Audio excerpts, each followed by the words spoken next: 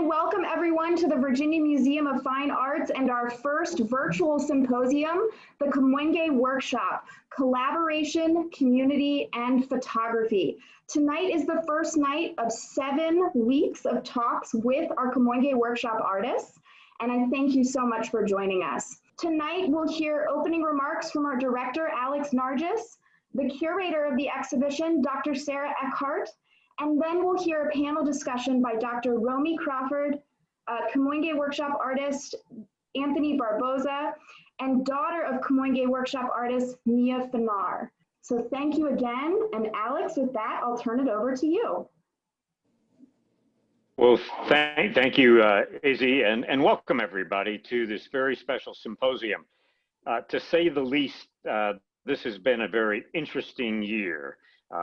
We opened the exhibition, closed it shortly after the opening because of the coronavirus.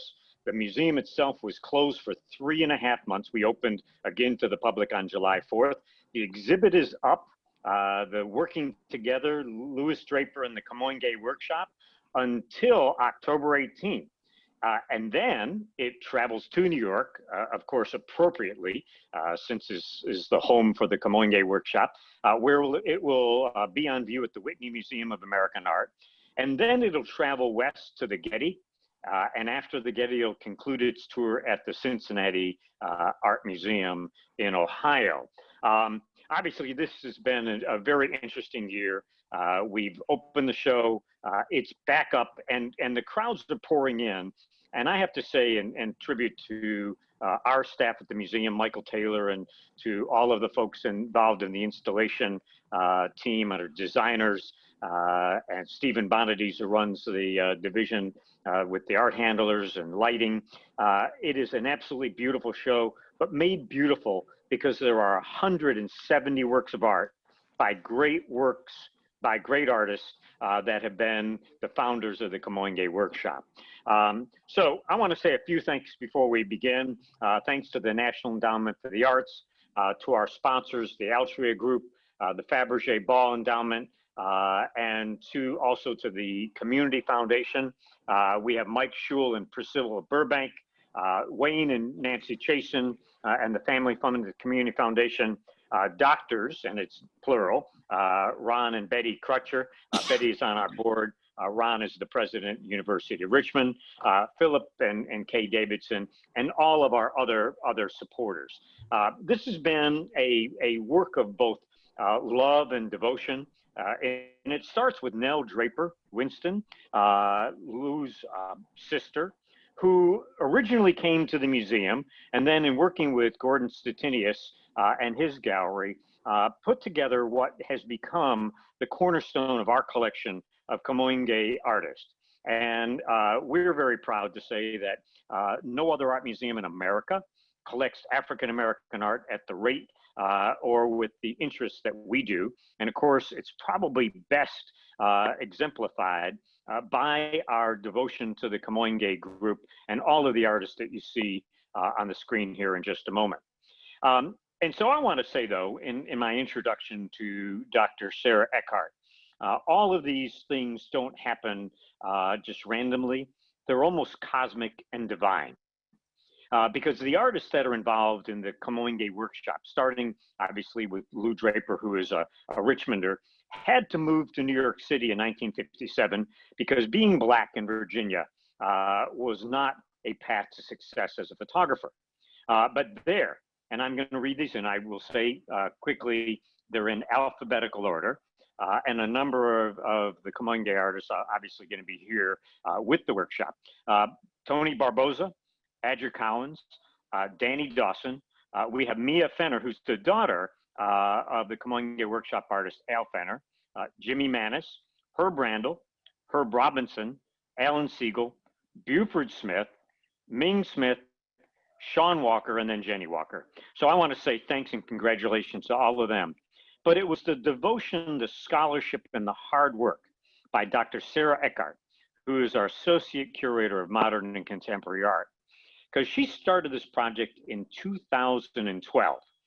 We tasked all of our curators to do major groundbreaking work on a subject that was of importance to the field that they work in, that would result in a book-length publication. And by the way, if you've not seen the catalog for this exhibition, get a copy.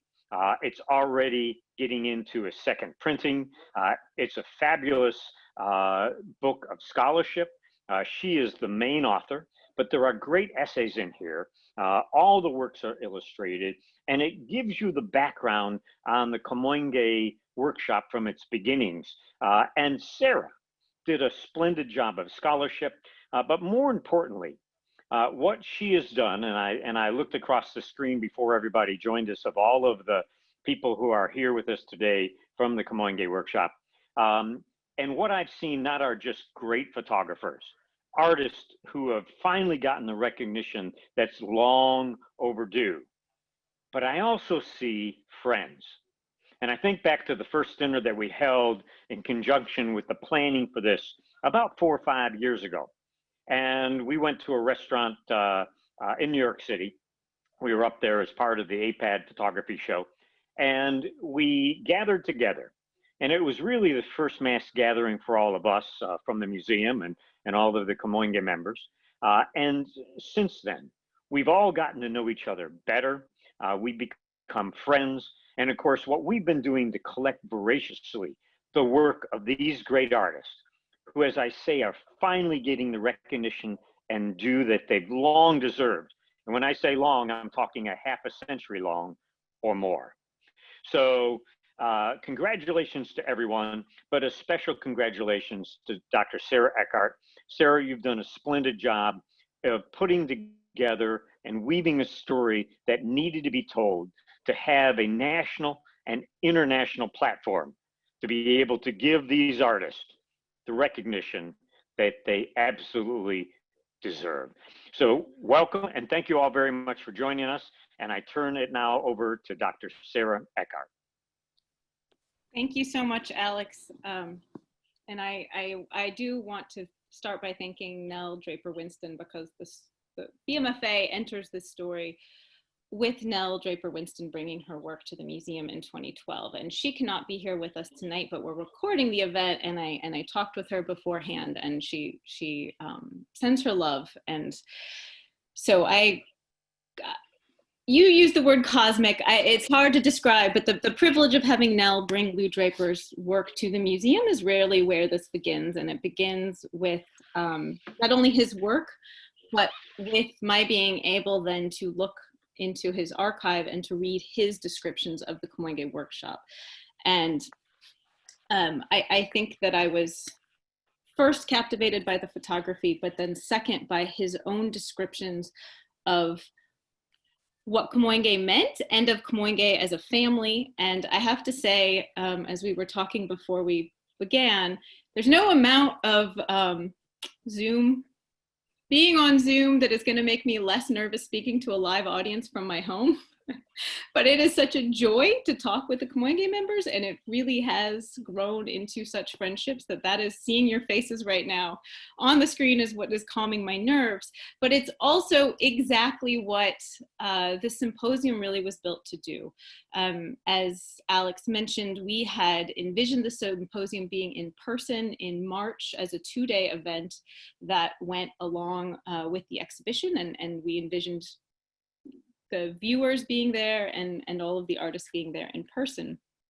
I'm really grateful that we have been able to find a way in these circumstances both to reopen the exhibition, to make a virtual exhibition website that you can find if you go to the exhibition webpage, which has all the resources.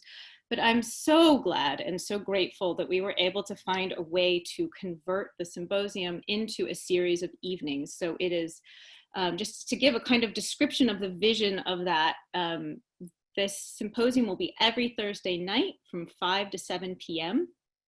And really, it is hard to describe just the enormous privilege of all that I have learned in the research process of this exhibition, both working with the artists and with a really incredible group of scholars. And so I wanted to be able to take that experience and convert it into a symposium and make that accessible.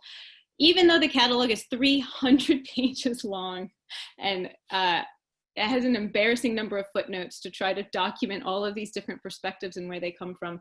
It can never substitute for all of the stories I've heard, all of the personal stories and insights and the humor with which they were shared, and the experience of being in people's studios and having them share their own archival material, which filled in our understanding of our own archive. And so I just want to start now on the screen here to thank all of the artists that can be here with us. And just acknowledge the enormous role that you have played in this process. Countless phone calls and emails, trips to New York, studio visits, and you have all just, opened all of this information up and shared so much. So I want to thank you. I'm gonna look across the screen. I'll start with Mia. So Mia, thank you so much for everything that you have shared about your own father's work. I'm so sorry that I did not have the opportunity to meet him, but I feel like I have gotten to know him through you, and you have been so helpful.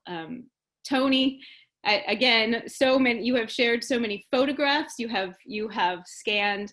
I've came to love my emails that I would get that would have 20 photographs attached, and they would come in daily, and I learned so much from all of the documentary photographs you made, and I counted almost 500 photographs I think you've sent me over this period of time.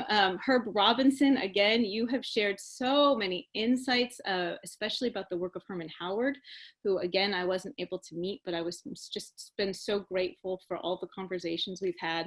Herb Randall, Lou Draper's oldest friend, who we were talking, you met in 1958, and that relationship, you are the first person in Kamoinge that well, you met before Kamoinge, you are the friendship before Kamoinge that helped spark all of this. And again, your stories and your insights were so incredibly important. Buford, so many trips to Brooklyn, and you've been so incredible sharing your own archive and made gifts to the museum. Again, so grateful. And Ming as well, thank you. Again, just learned so much through studio visits and through conversations with you, Ming. Adger, similarly, visiting your studio was an incredible experience, and all of the knowledge you have brought. Danny, I'm so grateful as well, especially for your link. You've also been shared a lot about the current Kamoinge group, and I want to thank both Adger and Danny for that. And I want to make clear that even though this exhibition is focusing on the first 20 years of the Kamoinge workshop, the first 2 decades, and that has a lot to do also with Louis Draper's archive and the focus on those years. Kamoinge Incorporated is still going on now as a very active group and can be found on they have a wonderful website that you can look, and I know that some of the current members are tuning in tonight, and I want to thank you for that. And then we were not able tonight, neither Sean Walker or Jimmy Manis can make it this evening. But both of them are going to be part of this program. And so I also am grateful to all of the scholars, Romy Crawford, Bill Gaskins, John Edward Mason, Deborah Willis, Erna Dugan, and Tobias Wofford that have been a part of this. And the way that I imagined or thought about this was pairing artists with the authors who contributed really incredible essays to the catalog. Every one of the artists here could speak to so many of the themes that we've outlined, that the themes that we've outlined over these 7 weeks are really key themes to Kamoinge. But the idea is that each artist will be able to talk about their own work. They'll be able to talk about what Kamoinge has meant to them, and they'll be able to talk about a specific theme that we've outlined. So tune in every week on Thursdays for that. And then we also have a chance to hear from some of our team members at VMFA, Courtney Takezi and Sandra Sellers, who worked on cataloging the archive, and they're going to give an incredible presentation on the archive. And Shreya Cochran, who was the research assistant for this project and learned an enormous amount, will give a presentation from her research, and Carrie Springer, who is the curator who is in charge of installing the exhibition at the Whitney, will also be giving a presentation. So it's really such an incredible group of people with so many different perspectives. And one of the things that the members discussed that they really wanted to do tonight was honor the members that are no longer with us. And so one of the things that we had was some footage that Sean Walker provided from his archive of a 1982 interview that Carrie Mae Weems, the artist Carrie Mae Weems, conducted in 1982. And it's about 17 minutes of footage of that interview. And in that, Ray Francis and Lou Draper both talk, along with Buford and Tony and Sean, about what Kamoinge meant to them. And so we're not gonna show all 17 minutes of that footage, but we made a video as an introduction to the exhibition, and that has clips from those videos in it of Lou and Ray. So we're gonna, in a moment, Izzy's going to play that video as a way for us to hear their voices tonight. And we're also then gonna send you an email after the symposium, and that email is going to have a link, and we're going to have on YouTube the full 17 minutes so that you, in a way, will almost be like adding a panel. And so I'm grateful to Sean for providing that footage, and I'm grateful to Carrie Mae Weems, who was happy and delighted for us to share that footage with you. So that's another way to add a couple of voices to this presentation. And it also, just one more thing I want to point out about the video, all of the clips come from interviews. So we conducted interviews with all of the participating artists, and we made 4 to 5 minute videos of each of the artists. So when you go to the website, you can also hear the full video for each of the artists. You'll be hearing a small clip from it in this 3-minute video, but I just wanted to explain kind of where that footage is, and that all the things that you're gonna see clips of in this 3 minutes are available on the website. And I also just want to say that it's so important to me that it is the artists' voices who are going to intro Kamoinge, the Kamoinge workshop, and what it means. So thank you to all of the artists on screen. We named ourselves the Kamoinge Workshop, and we picked the name from a book by Jomo Kenyatta. It's defined as a group of people acting together, and that seemed to be appropriate. So we decided to call ourselves Kamoinge. You know, to borrow a phrase that I heard somewhere, you know, we were a group that the stars fell on. All the chemistry came together at the right time, and the various things that we needed, you know, we were able to get from each other. I think these guys, and there's a woman in the group, Ming Smith, are the greatest photographers in the world. Kamoinge is always been to me a family. You know, it's almost like that's how I grew up. It's almost like that's how I woke up. For me, it was my way out. So I emerged myself. I went to Lou Draper. Lou Draper had his enlarger on the floor, so we had to print on our knees. And as I was walking up the street, I saw a photographer. He had a portfolio in his hand and this fancy Chesterfield coat with a fur collar, and it turned out to be Lou Draper. Lou Draper lived in the building where Langston Hughes lived. So now we got Roy DeGrava, we got Langston Hughes as mentors of the group. Kamoinge first introduced photography to me as an art form.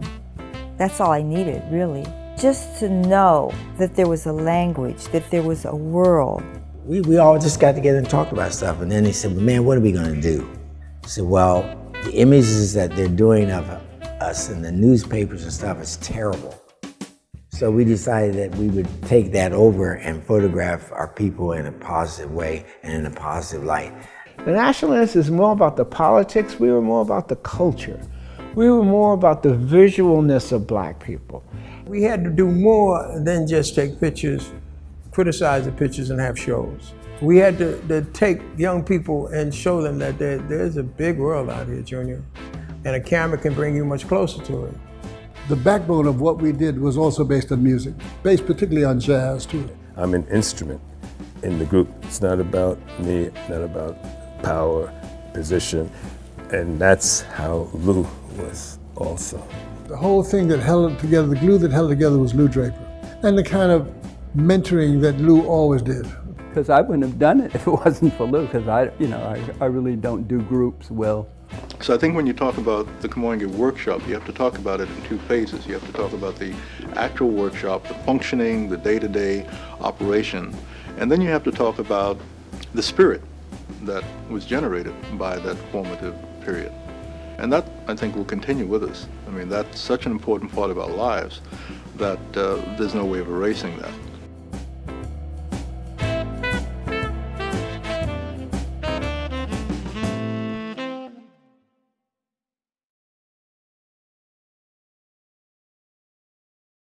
Izzy is going to share with us just briefly where you can find the video. It's both on the museum's YouTube channel, but it's on the exhibition webpage as the landing page, so you can hit play there, and then it's there. And then also on the tab to the left is a link where it says Learn More, where you can find the virtual exhibition. So all of the photographs in the exhibition are available there. This video is available there.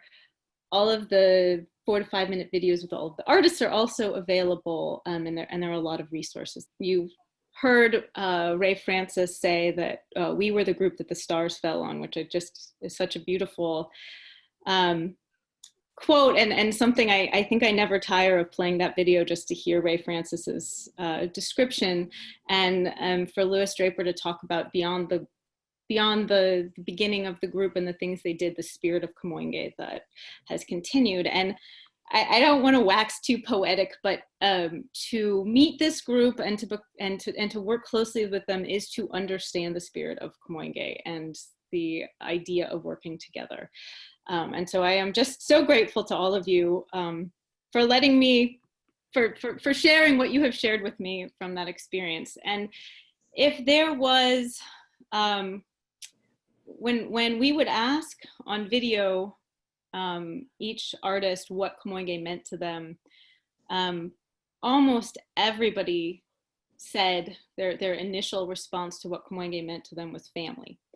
And so that is the reason that we wanted to begin of all of our sessions, of all of our symposium sessions we're going to have. We wanted to begin with the theme of family. And I thought it was especially appropriate for that to have Mia Fanar, who is here to talk about her father's work, but who also actually very much grew up in the midst of Kamoinge. So it's both the sense of immediate family and the ways that Kamoinge so involved all of the family members in Kamoinge, and then of Kamoinge as itself a family. And Tony Barboza, who also has always had such wonderful descriptions of Kamoinge as a family.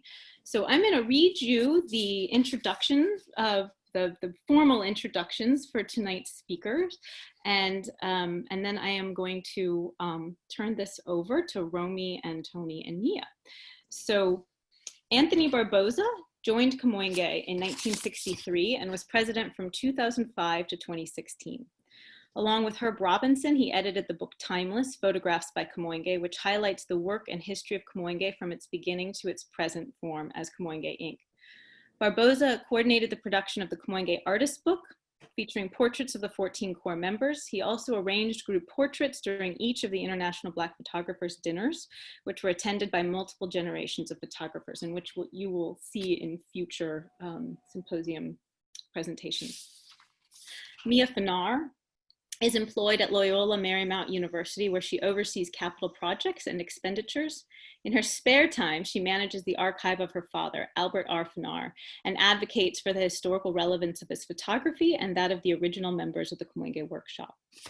Dr. Romy N. Crawford is professor of visual and critical studies and liberal arts at the School of the Art Institute of Chicago. Her research explores areas of race and ethnicity as they relate to American visual culture, including art, film, and photography. She is co-author of The Wall of Respect, Public Art and Black Liberation in 1960s Chicago, and a contributor to the Working Together catalog. And you can find her essay in the book, and I highly recommend reading it. With that, I am looking forward as much as the rest of you to hearing their conversation, and I will rejoin you at the end for question and answer session, which Izzy will be looking through, and which I will ask some of the questions, communicate some of the questions from the Q&A box at the bottom at the end of the presentation. Thank you so much. Great. I think I'm live. This is Romy Crawford. Hi. I just want to start by thanking Sarah and Izzy and the rest of the BMFA team for realizing this really incredible project.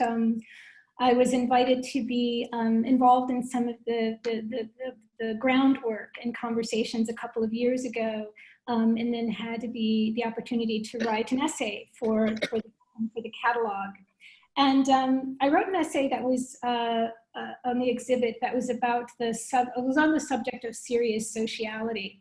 And for me, that's meant to convey the stakes of an archive's sentimental or affective overflows. And so in general, I tend not to pay attention to the knowledge limit of production in an archive, and especially a Black photographer's archive. I work on these fairly often. And so where the family comes into focus in these archives, especially the Black photographic archives, is compelling and significant to me. It's compelling to interpret some of that material. And so there's another way of saying this, which is that the family constitutes a type of excess within the context of these archives, and that excess is worth addressing. And so serious sociality includes family as well as other constructs that have knowledge embedded within them. And so to that end, I'm really excited to be able to speak with with Anthony Barbosa, one of the members of Kamoinge, and then also with Mia Finar, the daughter of one of the Kamoinge workshop members. And I think both of them have so much to offer to our conversation insofar as Sarah said, Mia and Tony both constitute participants in a sort of equal way to me.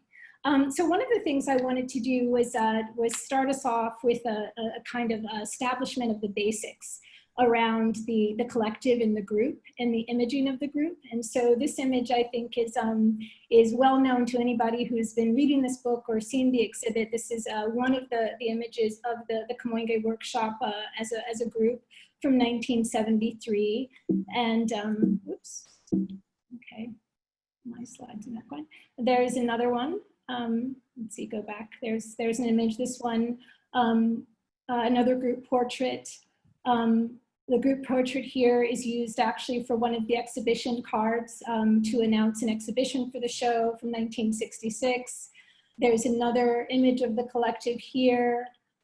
And so Mia and Anthony, I'd love for you to both sort of help us understand who are the participants. We've had a couple of opportunities, even in the first 30 minutes of this symposium, to have the kind of roll calling. And I think that's really important as the sort of history of Kamoinge is fleshed out, for us to know who the participants were, who the members were. Often these collectives were fluid, people were moving in and out and through them. So I'm wondering, Tony, if you could maybe get us started with who some of the members are and some of the context of these group shots. Okay, in 1963, when I joined, I was 19. And at that time, there was, in the photo, Herman Howard, Adger, Ray Francis, Jimmy Manis, Herb Randall, Lou Draper, Calvin Wilson, Sean Walker, Al Fanar, and Herb Robinson. Not until when I was in the Navy from 65 to 68, then Buford came in. And then in 73, for the first time, we allowed 2 more members in, and that was Dan Dawson and Ming Smith. In 1963,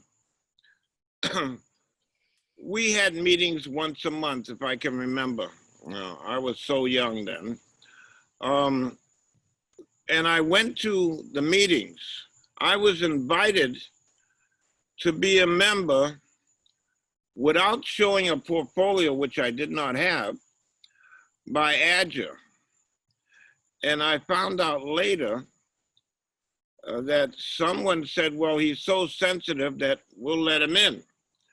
I thought that was really extraordinary. And in the sense, I almost felt like it was meant to be. So for the first time in my life, I found that I had older brothers. And from sitting there, and Roy DeCarava was the president that time, I sat there in wonderment when the members put up their work. And it was not just, some at times said, I like it, I don't like it. Some said that there's nothing there. And what I got from all that is the same way I feel about looking at paintings later on or reading literature, that there's no feeling there. And what I meant by understanding that is that when there's a feeling from the photographer to the person, then it comes across better. You see, I learned right at an early age that lots of times photographs are taken for the action, like photojournalism, in some cases, to be in a newspaper for shock value, but that's not enough. In this case, when you feel something strongly about something, the same way you would like music, if you felt strongly about that sound, or a book you read, or a painting you saw, you felt something strongly within yourself. So I have a question. Did you feel strongly about the idea of projecting this collective in the photographs? So for instance, for the exhibition card from 1966 at the County Collin. Okay, at 66, I wasn't there. I was in the Navy. Okay, so I went in the Navy from 65 to 68. Okay, but then you later took one of the group photos. Could you say something about the significance of capturing the group or the collective within the photograph? Well, when you're shooting a group shot, it is not always that everybody has to pay attention. For me, it's like you click, you feel, you click, you feel, you click, you feel. You don't always get, you're not trying to have them all, okay, everybody pay attention. That is not the only way of doing it. Okay, as in years past, when Cartier-Bresson said the decisive moment, I disagreed with that. Every moment is a decisive moment to me. It's just what you decide to pick. And everybody has a different decisive moment. So his decisive moment was always on, well, I got it here. It really meant that that's when he felt strongly about it. So I felt strongly about what I was doing at that time, because that's 10 years later, in 73. So I allowed everybody, of course I'm a little nervous, they're all older than me too. But I just tried to do it, and I succeeded without realizing it. I just felt myself doing it. But I had practice by doing a lot of photography for magazines by that time. Let's talk about the book, Tony. So in addition to the images of the group, and of Kamoinge over the years. You produced a book that was another sort of version, if you will, of the collective. But it's the collective not together, but each individuated. So can you say something about the production of this book and the idea and actually about the practices of each of the photographers that you wanted to represent? Okay, what I did was that I decided in '73 to take each member's photograph, a portrait, and have a print by them. And I made 14 books, and that's all there is. Well, there was a 15th one, and Virginia has that. But it was a gift for me, for love for the group. So I handmade 14 books, one for each member. At times I had some of the members would come in and make a print in the dark room for the book, and they would make 14. I think I had assistants make some of them if they sent me the negatives, but it's so long ago. But I decided to take a portrait of each one. Now, how did I come up with that? I have no idea. It's just something that happened. But I was always in appreciation of being in the group because I never went to college and I never had any other profession. So this was my college and my love. And it's almost like I felt it was meant to be. So that was like a dedication I gave, for each member of the book. I took note of that when you, that comment about the workshop being a version of college for you. And what did you end up learning from some of the other members? And maybe that's indicative of some of their photographs that are in the book, the slides that I'm going through here. So, So yeah, what did you learn from the various members? Oh, so much that is collected in my mind that I can't really say exactly what each thing was. But years later, it was more about love of us and what we should be portraying about us as a beautiful, beautiful people. So in each member had a certain style of saying things.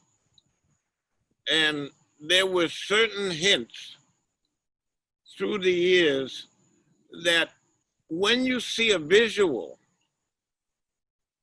like if you go to a museum and you see a painting, or you read a book, or you listen to some music, it sticks with you. You can't even remember through the years what it is, but it's all a collective. It's like a computer.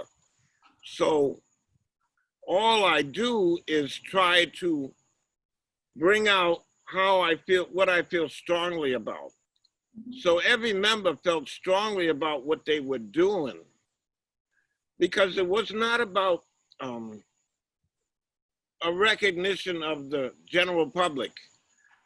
It was about those days in '63 that you put up some work and nobody liked it.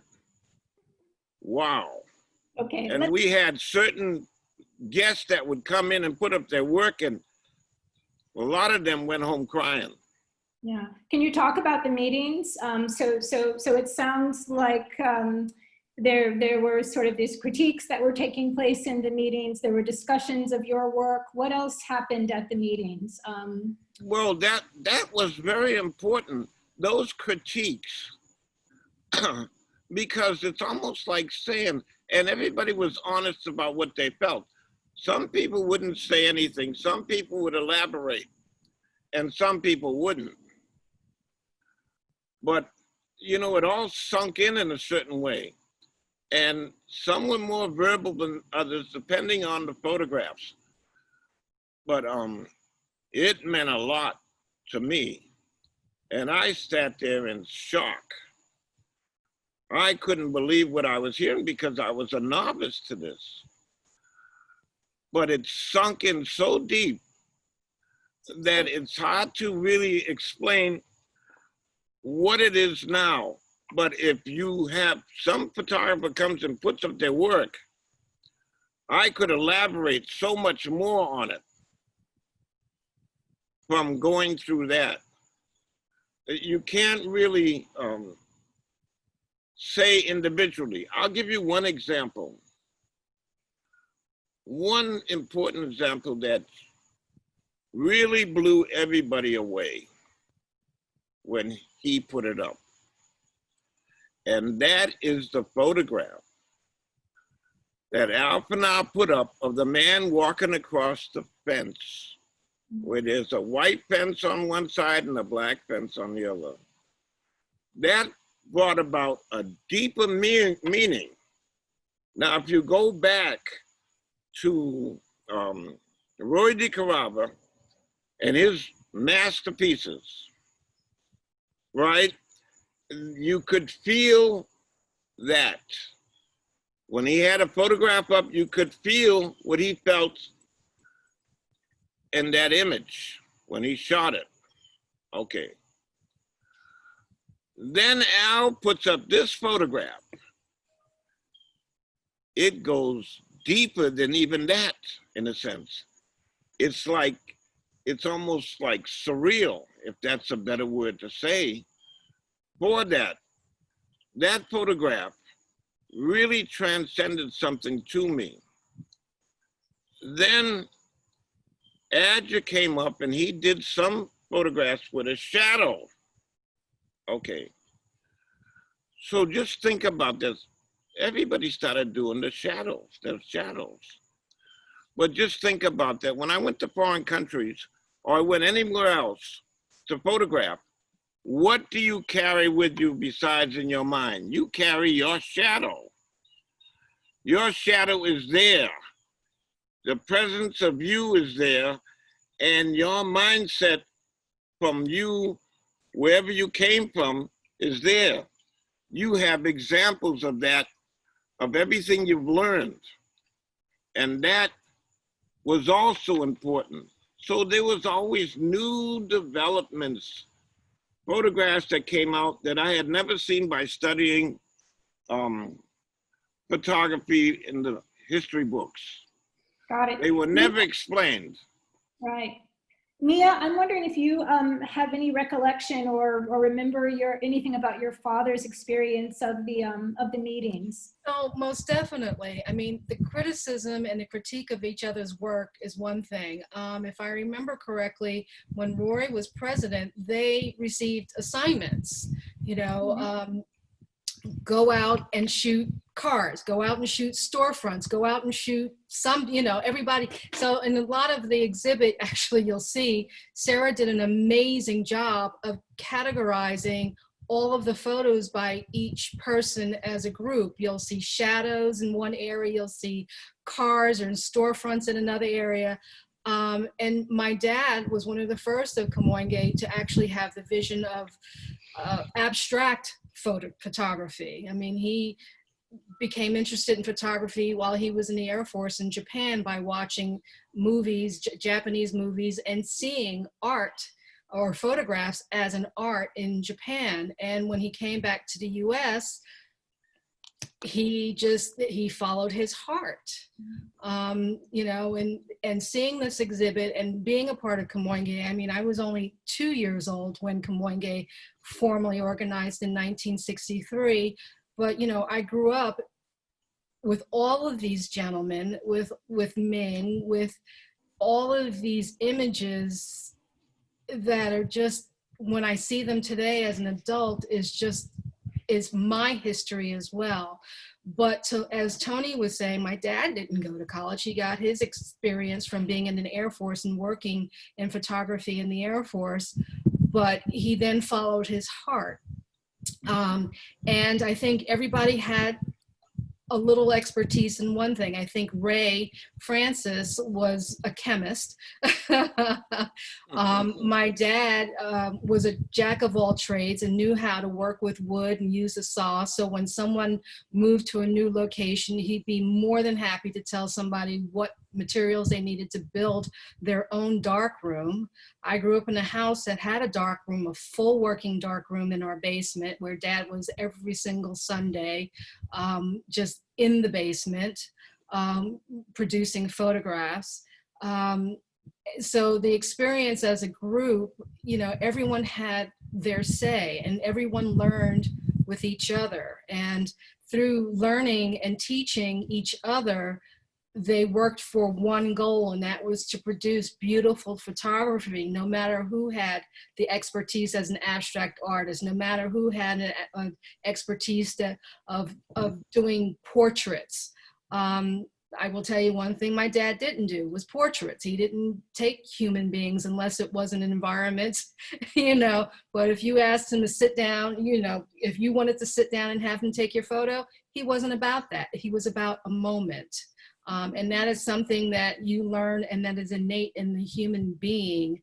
And, you know, you can't teach some of these things, but you can create based upon the environment and the others that you have around you. Yeah, one of the things that came up in the research for me that I found really interesting was that, and again, it's a wonderful tension in the collective and their sense of themselves as individualists, right? Was that their practices had a sort of range. And as you say, your father was not a portrait photographer. Anthony, you did take lots of portraits at some point, right? Yeah. Well, when I went into the Navy in '65, I missed the group because I had only spent 2 years. So I did a lot of shooting on my own down south in Florida. I was just eager to get out of the Navy and get back because I was drafted in the Army, and I ran and joined the Navy because I didn't want to fight in no jungle. But you sit there by yourself, and I'm in the Navy, and I can't talk to anyone from the group, but I could feel and remember certain things, and I got more practice that way. Okay, but when I got out of the Navy, well, I had a family and I had to make some money, so I went into commercial photography of doing magazine advertising and editorial. But what I realized through all that is that once I started shooting celebrities or anyone, it was about, without realizing it, it was about them feeling me and me feeling them. And I was amazed that, like Eartha Kitt wanted me to go home and meet her daughter. And people just loved the approach that I was doing. And James Baldwin invited me to his sister's home or his brother's home for dinner. So it meant that I was doing something that interacting between the subject and me. And I found that that was an important part of what I learned from Kamoinge. Feeling what you feel strongly about and then doing it. Like you take a camera in the street and you feel this. So it wasn't like we're trying to make a statement for the newspaper, like a photojournalist. It was more about our relationship and how we felt about our own people when we're photographing them. That I felt was important. So whenever I did a portrait, it was the same thing to me. Got it. So in some ways, even though there was this range of interest of within the practices, one of the common elements was what is that piece that you're speaking to? Black culture, the beauty in Black culture. What is part of that common? Where's the commonality, or one of the commonalities? Love of each other. Of each other. Love of us. Yeah. Got it. Oh, yeah. Whichever way you do it, it's love of us. Got it. Yeah. Whether you want to show what we're going through, it's still love of us. Yeah. It's about caring. And it's the same thing as family. We're caring about each other. Yeah. In every way. Yeah. Lou was a great example of that. He cared. So we all cared. Because we were, it's almost like all the minds together, right? It wasn't so much that we were doing this to get recognition. Of course, we'd like to, but at least if our own people liked it, that was good enough for us. Because we never know what the museums were thinking about. And we just love what we were doing. Could you say right? Mia says that. Yeah. Al loved what he was doing. What was the reception like from museums and galleries in 1967 or 68 or 69? You just give us a little bit of Oh, nobody paid attention to us when we gave exhibitions. No, nobody paid. But I remember that when I was in the Navy, the director of, I can't remember his name offhand, the director of Museum Modern Art asked Roy to give an exhibition somewhere, and he brought in Kamoinge. I wasn't around, somewhere in Connecticut or somewhere. That's all I remember about that, but it never went anywhere. You know, it's like, we've been sitting here since 63. The Museum of Modern Art has never paid attention to us, but they have in individual things that they have done. Sarkowski, I think his name was. Like I was in the Mirrors in the Window show. And some of the members got in, but they never paid attention to us. It took them, I think it was in the 80s, for them to give a one-man show of Roy's work. From the time he started till then, nobody was interested. Nobody was interested. But we were always about what we loved. Right. You know, I wanted to ask you both whether or not you had any recollection or had anything to say about the notion of shooting together. So would the meetings sometimes lapse into group shoots? I was trying to find evidence of this and sort of did and then wasn't so certain about it. So what was, you know, within the context of a meeting, was there? Well, when you see the portrait of all of us and Danny and Minga in there, well then, for the first time in 10 years, we decided to bring in 2 members. So I just thought that's a good time to take, because they had the meetings in my studio. That's a good time to take a group portrait. Yeah. For that portrait. Now there were things taken before. Yeah. And so there are also some wonderful contact sheets. And again, one of the things I really like to do with some of these archives is pay attention to not just the formal work that can be mined from these photographers, but actually some of the other material, and often that other material constitutes the family material. And so there are many contact sheets with images of where children are present. Where partners are present. And this happens, it seems, because many of the meetings took place at people's homes, right? Right. So this is a contact sheet where, that I think of a meeting that took place at Al's house, right? Yeah, and so I'm wondering if you all could kind of describe or give us an idea of that sort of slippage between a formal meeting that and family time, how family time and space blended into and with the time space of the Kamoinge workshops. Okay, Mia. Well, for one thing, I believe we lived not in, well, when I was born and we lived in Harlem. We lived in Harlem for quite some time.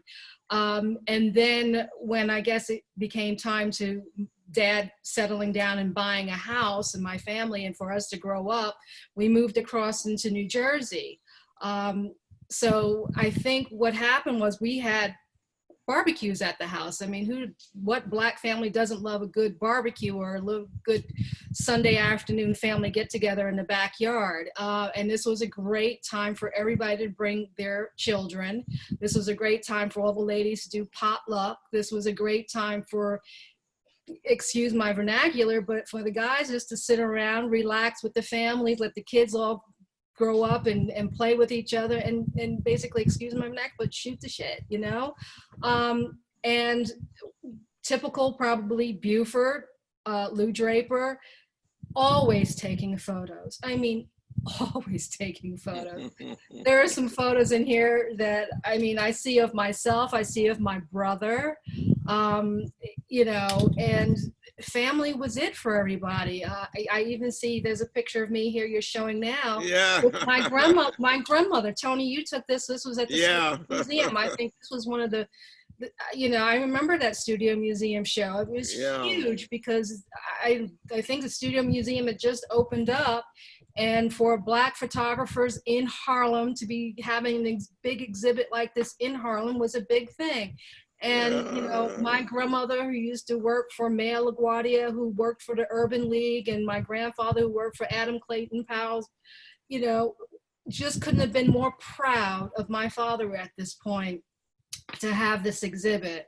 But it was all about family. You'll see, you know, everybody brought their family because it was a big deal. They had been working on this, you know, for personal passion, for it to be recognized and for the Studio Museum to recognize this. It was an amazing event. And I would say just the start of bigger things. I mean, you know, there were a lot of exhibits in libraries, but for this, it was a big thing. Yeah, you'll see here, me and my brother and my mom. Yeah.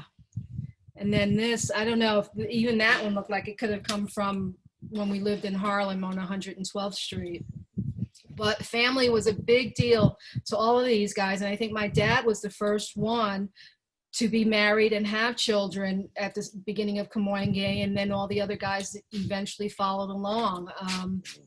So to bring the children to it and to spend as much time with each other as brothers that they were, it was only natural to incorporate the rest of the family. I mean, heck, Ray Francis named one of his daughters after my mother, you know?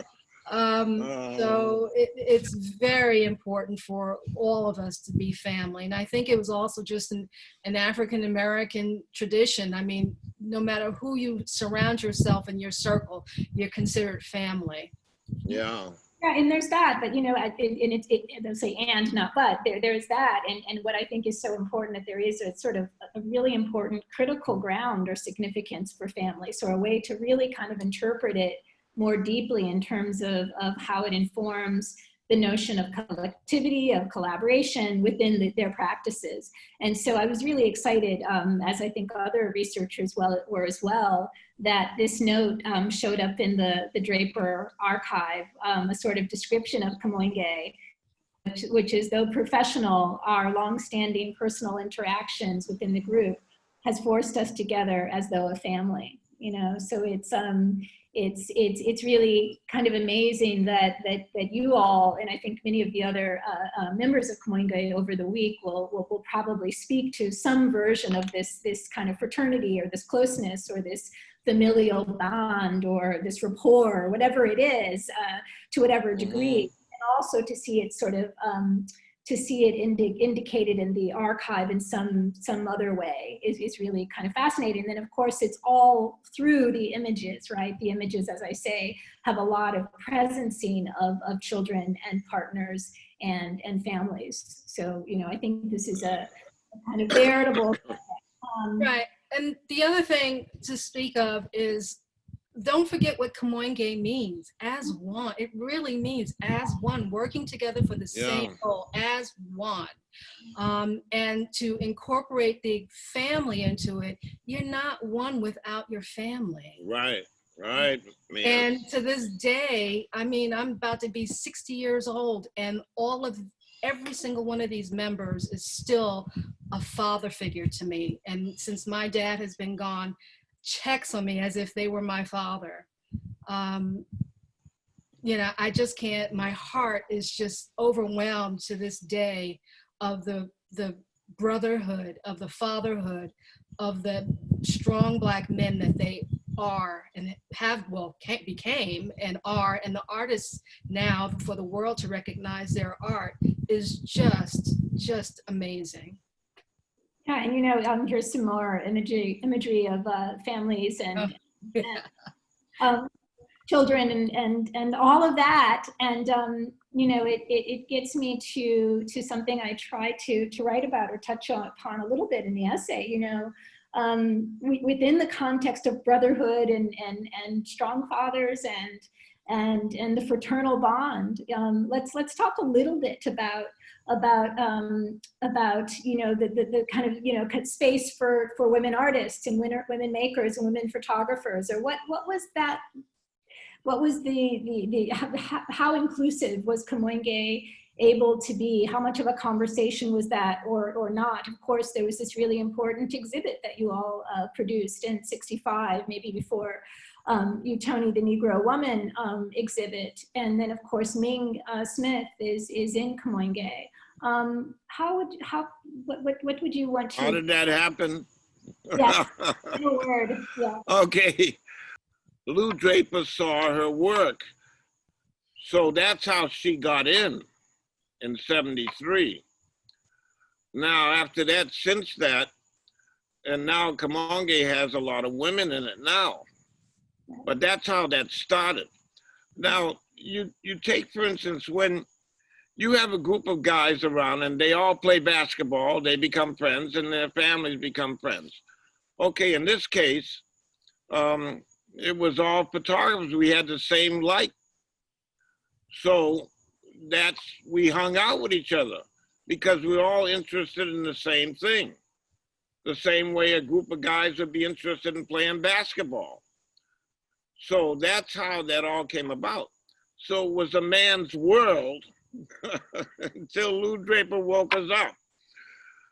And that's how Ming got in. And then from then on, more females got in, yeah. So now it's a female world. So now there's nothing we can do with that. And then I wanted to switch over to some of the work. So Mia, I wanted to start with some images of your father's, of his work. So I'll click through some of these. And then I know there's some other images, including, I guess, starting here. And that's you and your dad, correct? Yes, yes. And then some of these of his practice as well. And I wanted you to just kind of, you know, speak based on your perspective of this kind of movement from what he was doing in the 60s and 70s to what he was doing much later. Those are... Oh, sure, definitely. Well, as you will see from the earlier images, everything was black and white. Everything was black and white. That was done in our basement. He would print in our basement because, yes, we did have our own darkroom, and I believe every single other member of Kamoinge had their own darkroom. You had to have your own darkroom. Dad, again, was all about abstract art, not necessarily taking pictures. This picture happens to be at Chet Cole's farm in Vermont. If you go back to this image, yes, right here. And actually that sculpture, oh gosh, is actually a very famous sculpture in the state of Vermont and is installed at a college who they just celebrated 50 years of that installation of that sculpture. But this is at Chet Cole's farm, and Dad just loved the harshness of the sculpture, the organic being of this photo in itself, the kids naturally at play. I mean, who the heck is today is going to let their kid play on a steel sculpture like that? And then the baby. I mean, you could crawl around naked when you wanted to in Vermont in the 60s. You can't do that now. At least I don't think you can.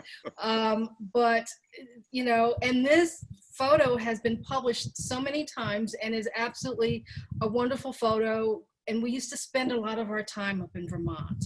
So this one is very, very near and dear to, I think, a lot of us. We grew up in New Jersey, New York, Jersey Shore. I am a Jersey girl, and growing up at the shore was it.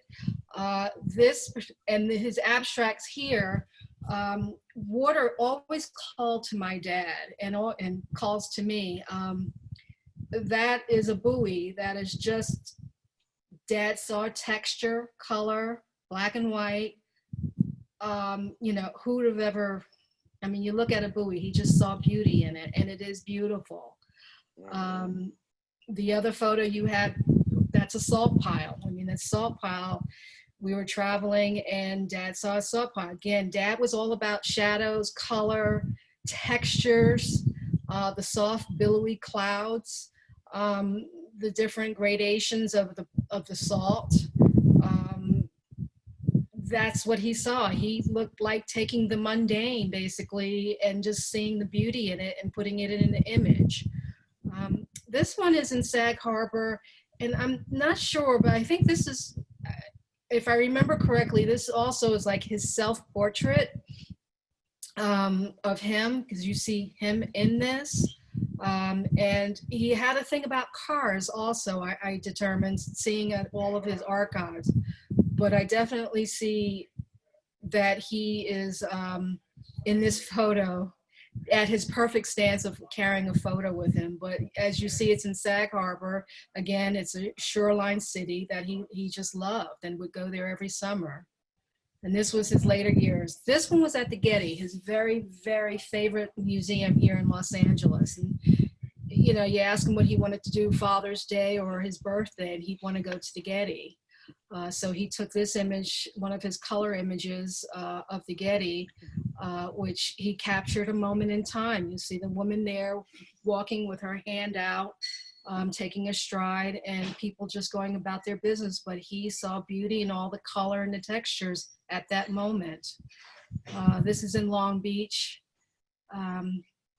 Yeah, again, you're a product of your environment. And Dad was in a wheelchair in his later years. With the women, if you go back to the photograph, Dad was waiting in Huntington Beach at a stoplight at a crosswalk, and this was his view. Everybody going about their business. And the beauty about his later art when he was in a wheelchair was the vantage point. You know, Tony, if you and I were walking, we'd be photographing probably their heads or their shoulders, but Dad was right there in the middle of everything. So his vantage point definitely changed, and there brought a different vantage for the viewer of his photographs to see from his eye level. Of the Kamoinge photographers, who shot in color? Was it mostly your father, or? I think my dad started earlier than some others. And I think, you know, that was based upon, you know, cameras and film that became available to him because my mother's Japanese. And I know that we would get packages from Japan every now and then. But yeah, he started in color very early and saw, I love this photo. It's about the color, the lines, the texture. You know, I just can't, it's hard. It's a feeling that you get. And I think that's what my dad saw in this photo as well, as the feeling, you know, from the window being having paper in it with the blue tape, the painter's tape. Then you have the different diagonal Art Deco-ish tiles, the curves. And then if you look to the left, you'll see that modern red truck, which stands out also. So it's just how he framed everything and what he saw. And what he saw, the beauty in this was the color, the textures. He was all about color, textures, the light, obviously. And then Tony, let's Yeah, it's Tony. These are some of, let's see right here. These are some of your images. So pretty indicative of your practice from what I know of it. So, and then I think some of these are earlier, the 60s and 70s, and then some more recent. Right. So can you just, give us some context of what you were thinking about in terms of form, technique, what some of the subject or thematic that was interesting to you? Let's concentrate or focus on the 60s and 70s work for a little bit. Okay, well, it's like I was saying before. Okay, first the shadow. Go back to the one with the hand. Okay. Now that was taken later in the 70s. Okay. Now in the 60s, of course, I'll never forget all the shadows. So I always paid attention to that. So here I am now in the 70s, trying to reach for what I don't understand. So it talks about me reaching out for something that I want to grasp. And it becomes something of a self-portrait of me for the next stage. So at that time that I did that photograph, I transferred to doing the portraits of the different musicians that you'll see later.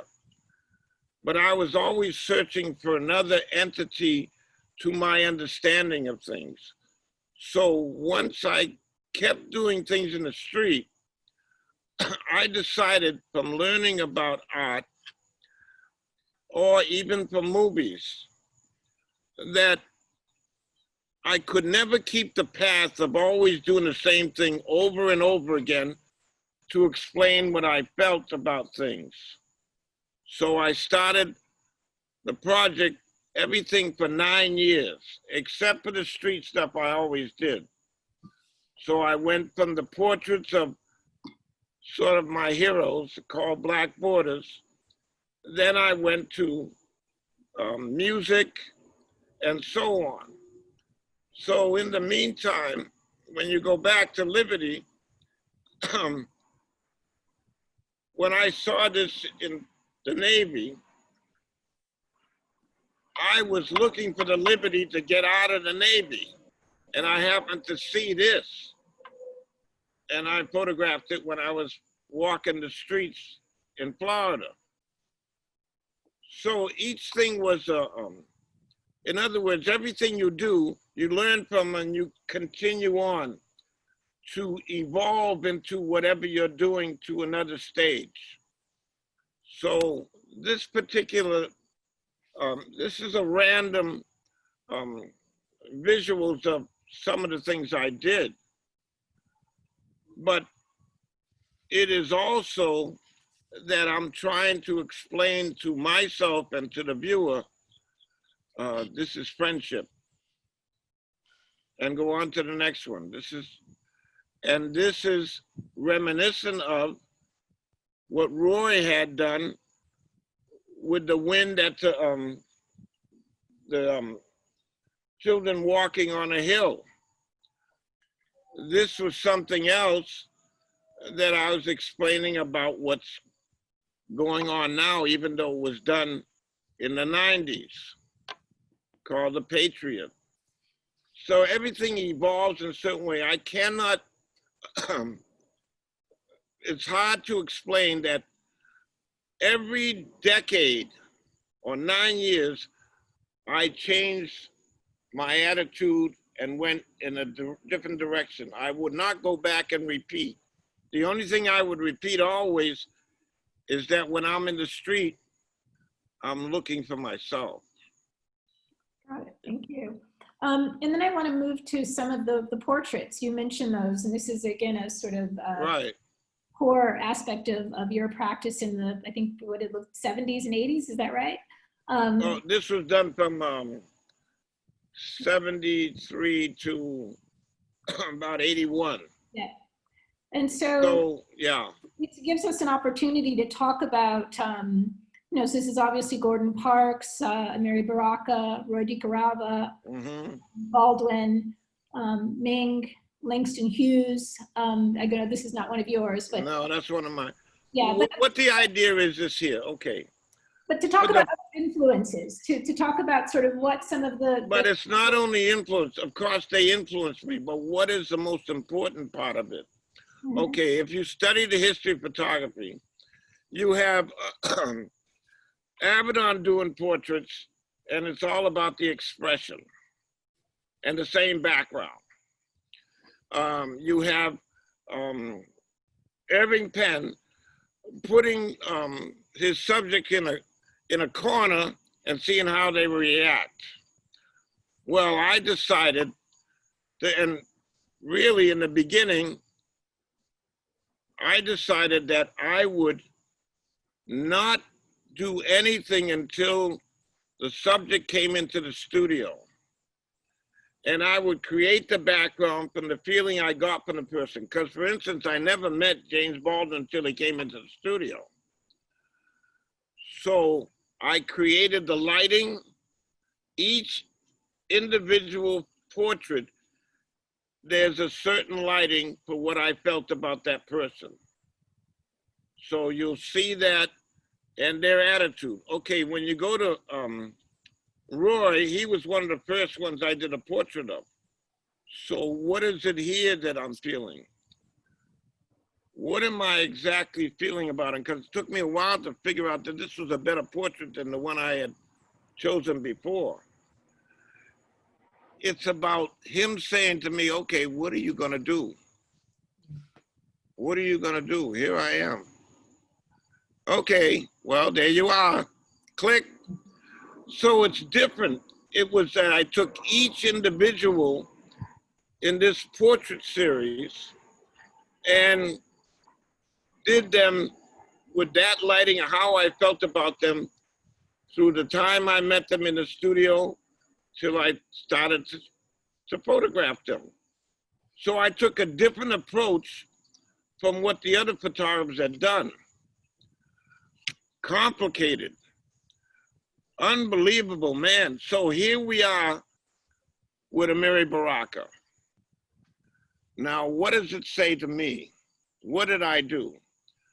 Well, Tony, I'm here, but then again, I'm somewhere else, just drifting off, because he's in some other kind of thought there.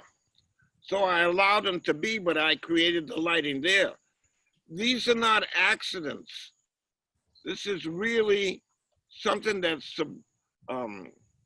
subconscious level when you're doing certain photographs of people. First of all, you have to make them feel comfortable. And I had never met Baldwin before, but he brought a whole entourage with him, about 10 people. And I'm saying, really? But it was just him and me. And that's what I have to do each time. So it's about trust and how much he feels me and I feel him. You said a little bit about the, you know, sort of the lighting, and I'd love to hear a little bit more about some of the technical aspects, Tony, and also Mia. I mean, I think you have some insight into this in terms of your dad's work. But you know, the darkroom practice. Tony, do you print your own work? Did you have a darkroom? Oh yeah. You see this, right? Okay, it's a black border, right? Okay, when I got out of the Navy in '68, I was photographing because I had used an enlarger in the Navy. There's a Navy home called a Lights Enlarger. So I put the negative in, and I could see that there was a black border around it. So I just printed the black border with the print. Okay, what happens? I come out of the Navy, and people do not realize this. I came out of the Navy and I'm doing tests of different models, and I give them a print with a black border.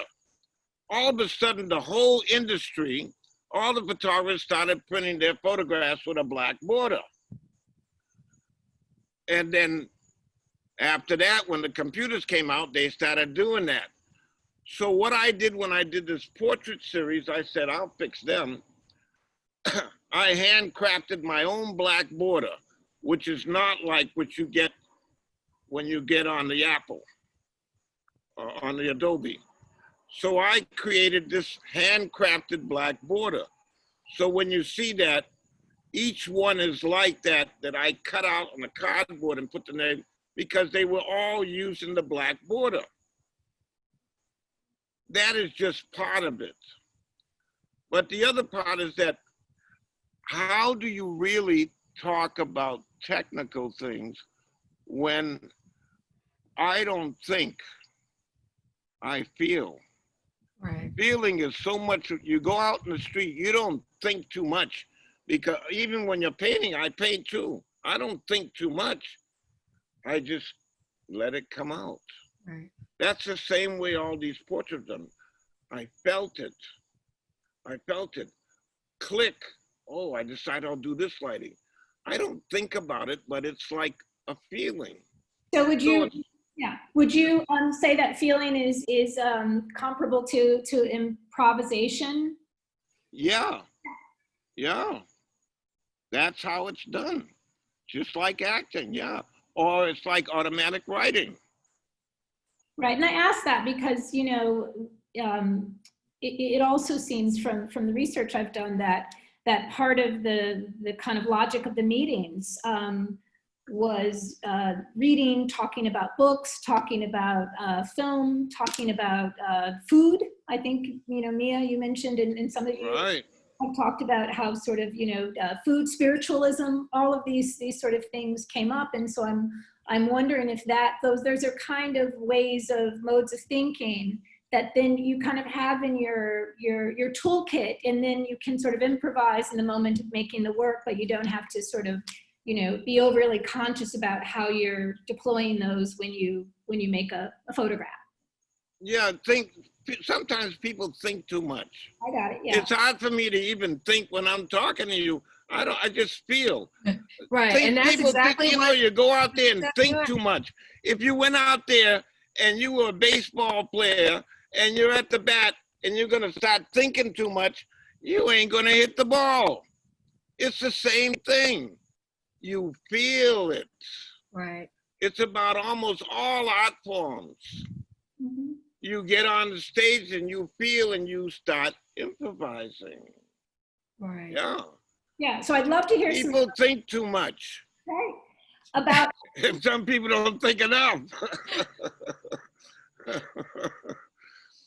but what were some of those other influences? Let's talk about those. The other influences that sort of came up in the context of the meeting that somehow informed the work, even if not directly. Well, I think my dad, like having been in Japan and then came back to New York, and having this notion of seeing tons of Japanese movies, tons of Japanese art. He brought the notion to Kamoinge for others to view other mediums, you know, read other books, read poems, look at international films. You may not understand the language, but at least look at the images that are coming across of what you might be able to capture in a still versus a movie. And my dad was big on that in the very early days. And Tony, I don't remember some of the specifics, but I do remember hearing stories of certain films that Dad would recommend that, you know, that just blew certain people away when they viewed the films. And then I think Roy talked a lot about films. Yeah, and then Roy even touched upon it. I think he would give everybody something to read, and, you know, just a paragraph maybe, or a poem, and go out and photograph. What did that poem mean to you? And photograph that. Bring it back in an image. Take those words and bring it back in an image. When I was going through my dad's stuff, I found a poem, you know, The Final Man. Right. And I read that, and it was just, I'm like, oh my God. And then I learned that that poem came to be because Roy brought it to everybody's attention to read this and go out and photograph what this poem, what you know, bring a visual to the poem. And to my understanding, it was way above everybody's head that everybody just says, no, the assignment was never completed. Let's just put it that way. Oh boy. But it's just feeling, you know, and even food. My dad, to his last day, was a big fan of food. You know, I think he was the first foodie that I remember. And, you know, even all the ladies, all the women, all the wives, all the mothers, and everybody has something different to bring. I mean, my mother, being Japanese, I mean, she, you know, would make the most incredible food, and fusion food before it was even called fusion food. And some of the other ladies cooking, and just cooking all kinds of stuff. I mean, it was a big deal. They loved to eat, they loved to drink, they loved to talk, and they loved their photography. And everything was about the feeling of family, the feeling of brotherhood, the feeling, just the feeling. And it's something that can't be taught. It's something that's innate in the individual, and it comes from the environment that you're in. Very good, Mia. Very good. Yeah. It is what it is. It is. Yeah. So there was this incredible need to construct that kind of scene of fraternity and camaraderie and the kind of, you know, sort of, as you're both saying, sort of the feeling of family. Right. And working as one and being one again. Kamoinge. Right. But it's such an interesting and complicated one, because, you know, as we've tried to get across in our little bit of time together, you know, these are also individuated practices and people who are kind of occupationally working very differently, right? You know, very much. So while it's this notion of one, it's a really kind of robust and dynamic, I think, conceptualization of what that as one means. It's not as flat as one would think. It's sort of as one, as a collective, and then also it has the potential and the possibility for all of the makers to sort of have their own practices. Right. And it was a relief to go to a meeting after you're working on a job. Right. Exactly. Yeah. Family. Yeah. Right. So on the job or something, Tony, you might be making portrait work, but to go to a meeting allowed you to sort of, you know, move away from that and to do something else. Absolutely. You know, one of the things I wanted to, as I mentioned, have been just so interested in this entire project, and again, I'm so grateful to Sarah and everyone at the museum for making this happen. And pulling together the Draper archive because of these, you know, what I love are these sort of these objects and these elements of the archive itself, the contact sheets, etc.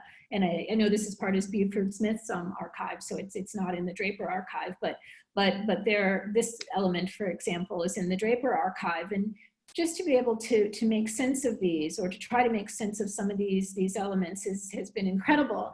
But I want to ask you both about whether or not, what are the downsides of coming to this 2020 moment when this is all now archival, or it's a part of an historical project or an archival project?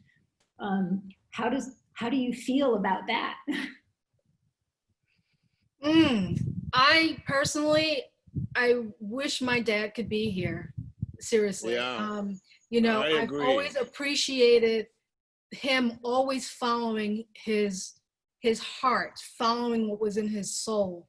I remember being in my early teens, and we were walking in our hometown, and Dad always had a camera on his shoulder, and we were just running Saturday afternoon or Saturday morning errands, and we were just standing around, and this guy came up to my dad and said, "Hey, my kid is having a birthday party. Are you a photographer?" And Dad said, "Yes." And you know, he said, "Well, my kid's having a birthday party. You know, I'd love to hire a photographer for somebody to take the pictures." And my dad, in his way, you know, just basically said, "I'm not that type of photographer. Thanks, but no thanks." And, you know, the guy had this big question mark on his shoulder, you know, on his face. And I was like, and I knew what my dad meant because I knew his photography, you know, and for him to say that, he stuck to what was in his heart. You know, he didn't commercialize what he was doing. And to be here today, he would see the recognition, and he, as humble as he is, even Lou Draper, I mean, they were humble because these were things they did for themselves. They didn't necessarily do it for commercial purposes, to earn and be rich and to be famous. They were doing this because this is who they were. This was in their bones. And you don't commercialize something that is very personal. And, you know, if somebody doesn't get it, then go on your way. I'm still going to do and still be me, basically. Oh, absolutely. And I think that shows up in a lot of the interviews with the photographers, that this was, it was never part of an end game or goal. And right. So one can say that, and yet there's a lot of excitement about the archives and being able to see the work and sort of to understand the way that the collective functioned and operated during the period that it was most active. Right. Right. You know, we talked about this as well. If you, you know, just wondering if there's anything that, especially since your father is not with us any longer, if there's anything, and maybe you've already exposed it, but if there's anything that you think he would want to contribute to this effort at the VMFA, if he were here, what do you think that would be? Oh, my dad was a man of very few words. And he'd probably think that all of this hoopla, that you all are crazy. But then he'd be very, again, humble and appreciate that his work is being recognized. He will tell you that the digital world is amazing. And, you know, that if the digital world was around, he would have probably been a much better photographer to see his vision really come true in some of the photographs.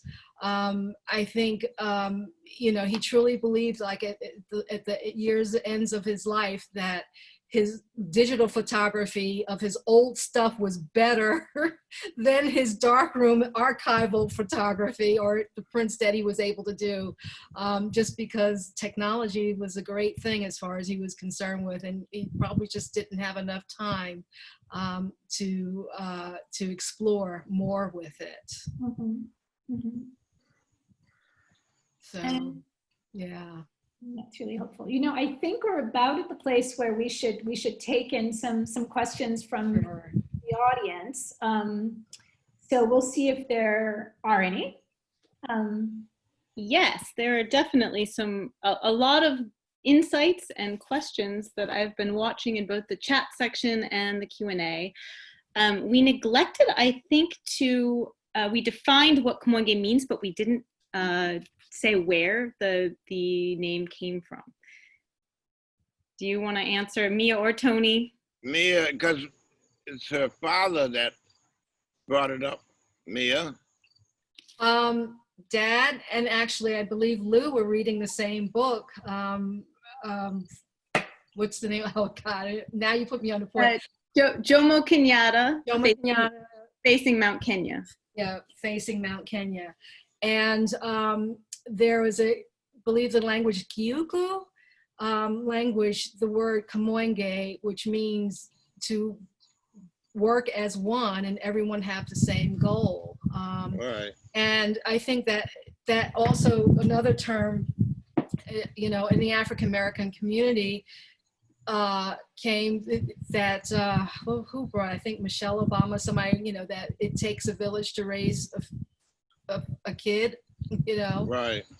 And so we are working as one. And they all came together with Kamoinge because one photographer, being Black in 1958, 1960, 1963, could not take his portfolio to a gallery or to a museum and say, this is what I have, will you show it?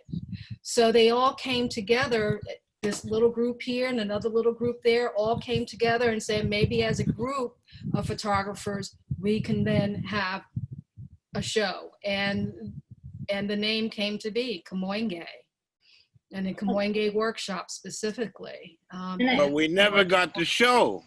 Yeah. We never got the show. They took the portfolios we sent out, but we never got the show. They never paid attention. It's not until Sarah that is paying attention. So and because of Lou's sister. Archive, right. Yeah. So one question that's somewhat related to this, to what you were just saying, Mia, somebody wanted to know, why did you guys decide not to become an agency like Magnum? Why did you not want to become a formal agency, more on a business model? Okay, first of all, these guys were doing it as individuals for themselves and in their hearts. They weren't, times were very different in the 60s.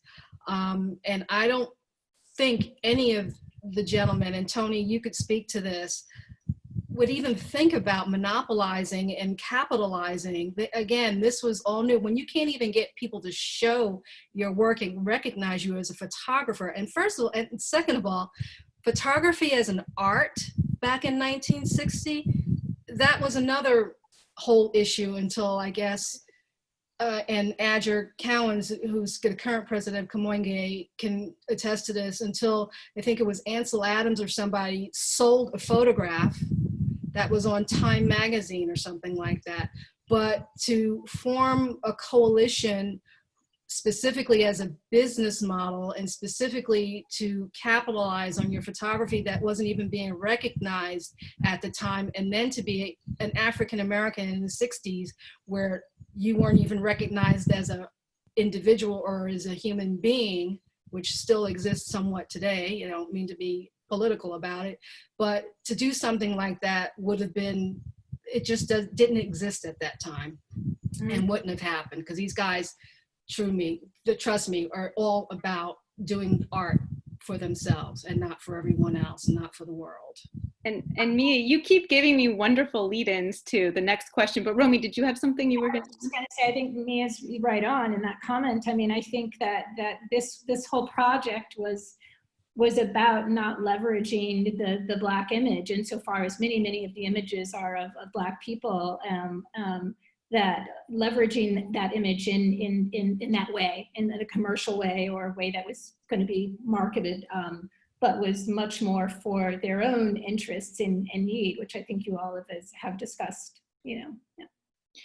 So another question, actually before I ask it, I just want to let the people who are asking Q&A know, this is spread over 7 sessions. So we are going to get to ask these questions for another 6 weeks we have. So some of the ones that I don't get to, or perspectives you're looking for from other artists, we will certainly get to over the next 6 weeks. But one of the questions was about the darkroom, which I think is such a fascinating question. It asked if you had a communal darkroom, and I, my understanding is very much that you guys used one another dark rooms, and that as you, some of you had professional studios, you might let somebody else use your darkroom and somebody else didn't have one. And Mia, I know that your dad helped to build. Was it Herb Robinson's studio, maybe, his dark room. So anyway, if you want to just touch on dark rooms, I don't believe there was ever a communal one shared dark room. No, there wasn't, but I believe, I can't remember who, maybe it was Buford, and somebody had an enlarger in their bathroom floor, and people would come over and use and use it. But yeah, everyone had their own, and you really had to have your own. Yeah. I guess financially have a professional lab do it, but then you couldn't guarantee the lab would print your enlargement the way you wanted to and work and dodge and burn or whatever you call it, your photograph the way you wanted it to be seen and how what you felt when you took the image. I remember my dad one time taking a trip somewhere up in Connecticut, went to a race course and he said probably the best images he ever took in his life, and didn't have time to develop the roll of film. He took it to a lab, and guess what? When he went to go pick up the contact sheets and everything, they couldn't find anything. So the trust, okay, if you were a great photographer taking your stuff to a photography lab, if you didn't know that photography lab, you couldn't be guaranteed that you were going to get your stuff back. Yeah. And when I did the book, some of the members came and did the print of their work in there, and I just gave them the paper for that. I can't remember. And then sometimes they brought the negative, and I would have an assistant make the print. So it was a sharing, because Lou used the darkroom once in a while, because he assisted me for a couple of years as well. Yeah. Yeah, and that is something I noted in all of these interviews. So many of the photographers talked about printing sessions with Lou, and I think it was Lou who was printing, had his enlarger on the floor in his tiny apartment in Langston Hughes building. And so there's some just legendary stories about Kamoinge members coming to Lou's apartment in Langston Hughes building. And there's so many stories. And I'm trying to kind of think through, somebody brought up a question about the Final Man poem, and said it was hard to find. I believe we actually have Lou's copy of the Final Man poem in the archive. So I don't have that at my fingertips right now, but I believe that if you go to our collection site and Google Final Man, I mean, not Google, put in that search term, but if we don't, we're going to track these questions, and I know the people who can answer them as far as finding a copy of that poem, and our archivist is going to present in a few weeks. And if I can't find answers to some of these things, I know that she will find those. And a couple of other questions that I wanted to point that just lead so beautifully to other weeks. Somebody asked about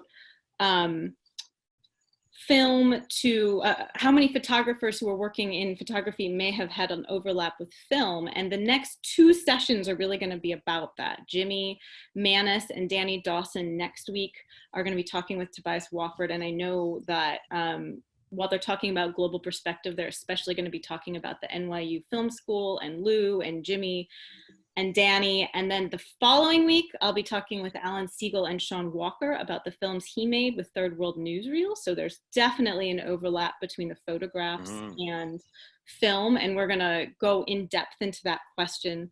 Somebody else wanted to know about Lou's color photographs, or mentioned that he knew that Lou made color films, and those are there to explore in the archive, but also Carrie Springer of the Whitney is going to have a whole presentation on the color photographs of Kamoinge. She's going to talk about that.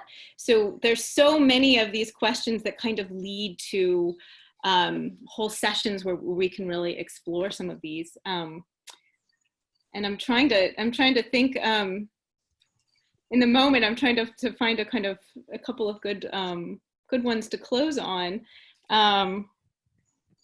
Let's see. Oh, I know. Somebody asked Tony whether you would ever reproduce your book, the accordion fold, the book we're on right now, Remy. And what are your thoughts about that? It is in the catalog. I will say it is available. The full book is reproduced in the exhibition catalog. But Tony, would you ever reproduce it as an item, as a book in and of itself? No, it's sort of like it's only those 14 books, that's it. Because I have about 7 books I'm working on of the different series I've done. I got to do a jazz book, and I did a Black Dreams layout that takes place all the way from Africa to the present time. And it had in the book, the layout, the list of all the brothers and sisters who were killed up to last year. And it would be appropriate if it was published, but nobody would publish it. Schiffer said, oh, we can't sell Black books. So I have to self-publish it myself. And then I got to do a jazz book and do the Black Borders book, which were 175 people, and I only had 30 in that book, in that softcover book. So I got a lot of books to do, but this is something that's special. That means that each person in the group who has the book, that becomes something that maybe the museums will buy or the archives, but I don't agree on that, no. It's for that time and that time only. And am I correct that you made those books for a Christmas gift, or what was the occasion? Yeah. I made it just for that, handmade each one. Handmade, that's right. Yeah, handmade, yeah. And you can't tell from the photos that are being shown right now, but the book it's not big. I mean, it's a little, yeah. thing like this, but made, with photographs that have been mounted, dry mounted, and taped together. I mean, an accordion style also. Yep. So it was an amazing handmade project of Tony that I will truly say can't be replicated in a professional print environment. And the meaning behind the book also is very personal to each individual. Mm-hmm. And along those lines, somebody earlier had asked whether the Black Photographers Annual might get reprinted, and I'm going to save that question for Buford Smith and Bill Gaskins, who are going to speak on October 1, all things Black Photographers Annual. So I don't want to give away too much of their talk, and so I think I might. But Sarah, the Virginia Museum could do a new edition. And get a lot of photographers, Black photographers across the country. Yeah, you could publish it. And you could be the editor. I do want to note, though, in the meantime, before the October 1, that what we have done is worked with Buford Smith to digitize all 4 volumes. So they are on our website. So if you go to the exhibition website and the resources, you can see every page of the original 4 Black Photographers Annual digitized, again, thanks to Buford Smith. So this is kind of a big question, and we've got 5 minutes left, but I'm going to combine the last 2 questions, which were really wonderful questions. Art is often born out of or in reaction to cultural societal tensions of its era. How, if at all, do you think Kamoinge would have grown differently in the 21st century as opposed to the early 60s? But I want to link that to the next question, which wants to know how the current Kamoinge group's collaborations differed from the earlier years. And so I'm going to kind of bring those together. They want to know kind of how Kamoinge would have formed differently. One question is how it would have been different in the 21st century since the 60s. But the other question is about the current Kamoinge. So I feel like those 2 questions go together, since Kamoinge is still active and is still meeting and is still responding to the 21st century actively. So I hope that wasn't too confusing way to combine those, but since we have so little time left, Well, Sarah, you got to understand that when in '63, we found out that all our phones were tapped, and we could tell. And it was like we were considered a radical group, so they were listening in just because we were all together. Now, in this time, in the 21st century, we might still be tapped in a certain way, because that was the years of the Black Panthers as well. So we formed the group only, not as a radical group, but only as a unit to talk about what we felt strongly about. But it wouldn't be any different now. It wouldn't be any different if we did it now. But the new group, see, they're not paying as much attention unless we're protesting. But we always had a way of protesting in another way in those years. We protested by doing our work. Thank God we did. Right. What do you think, Mia? I do not have much dealings with the Kamoinge current. I do know a few members are still exhibiting, and they are working together for social causes in photography and promoting African-American photography. It's a little hard because the only photography I know is basically comes from a darkroom, so it's hard for me to associate with any photography that's digital these days.